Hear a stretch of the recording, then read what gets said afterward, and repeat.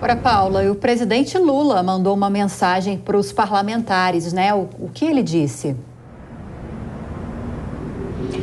Mandou sim, Lívia. Essa mensagem do presidente Luiz Inácio Lula da Silva tocou em vários pontos. Ele falou sobre reforma tributária, falou sobre meio ambiente, sobre política externa, sindicatos. Quem leu essa mensagem do presidente Lula foi o deputado federal Luciano Bivar, ele que é o primeiro secretário da mesa diretora do Congresso. E no texto, Lula escreveu que o povo não quer mais violência, fazendo aí também alusão aos ataques que nós sofremos aqui em Brasília no dia 8 de janeiro. A gente separou esse trecho em que Luciano Bivar fala a respeito disso. Vamos ouvir. Reitero minha convicção de que o povo brasileiro rejeita a violência. Ele quer paz para estudar, trabalhar, cuidar da família e ser feliz. Quer de volta o dinheiro de sonhar e as oportunidades para construir um futuro digno para si e para as gerações que virão. É urgente enfrentar a fome e as desigualdades. Mais do que governar, é preciso cuidar de todos e de todas, mas olhando com atenção especial para as populações mais fragilizadas. É preciso tirar o pobre da fila do osso e recolocá-lo no orçamento.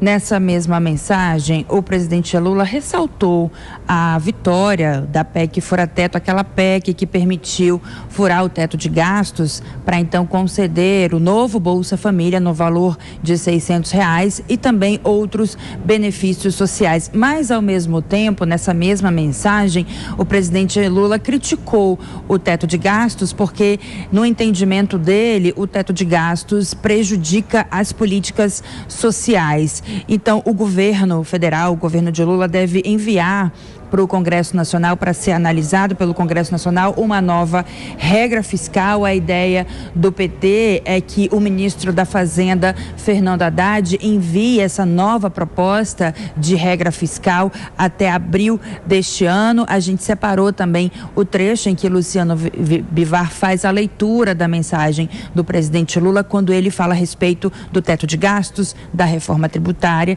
e também de uma nova regra fiscal. Vamos ouvir agora. Também avançaremos na reforma tributária, essencial para a retomada sustentável do crescimento e que deverá promover uma mudança capaz de distribuir a carga tributária de maneira mais justa.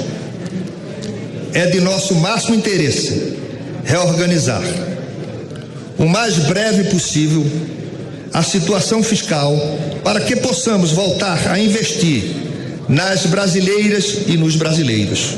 Por isso, reafirmo o compromisso e a disposição deste parlamento, deste presidente e da equipe do governo para dialogar com o Congresso em favor da aprovação das medidas de reorganização fiscal.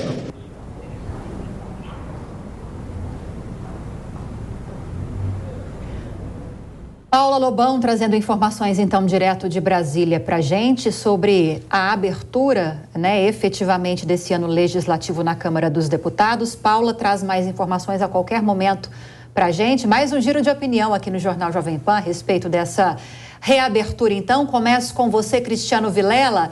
Nos trechinhos do discurso do presidente reeleito da Câmara, Arthur Lira, duas grandes mensagens, A necessidade que ele enfatizou de pacificação nacional e o comprometimento da Casa com a discussão e aprovação de duas das principais pautas do governo federal agora para 2023, que é a aprovação de uma reforma tributária e a definição de um novo arcabouço fiscal. A expectativa é que em 6 meses isso aconteça. A conferir.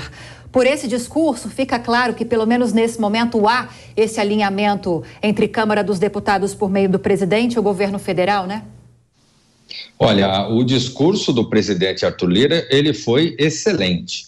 Ele trata dessas duas prioridades, que são duas prioridades importantes para o país, independente de qualquer questão política, qualquer questão ideológica. É importante que o país defina um novo arcabouço fiscal, uma nova âncora fiscal e defina também uma reforma tributária que venha atender às necessidades do país. E ele, Arthur Lira, já demonstrou, através desse resultado, dessa vitória acachapante, ele demonstrou que, de fato, ele tem liderança dentro da Câmara dos Deputados e capacidade para fazer com que o governo consiga costurar o apoio a essas propostas. E ainda salientou um ponto importantíssimo, que é a necessidade de pacificação do país. E ninguém melhor do que Arthur Lira, que conseguiu juntar petistas e pelistas, né? Petistas e liberais na mesma canoa, e conseguiram fazer com que ele se tornasse o deputado mais votado da história.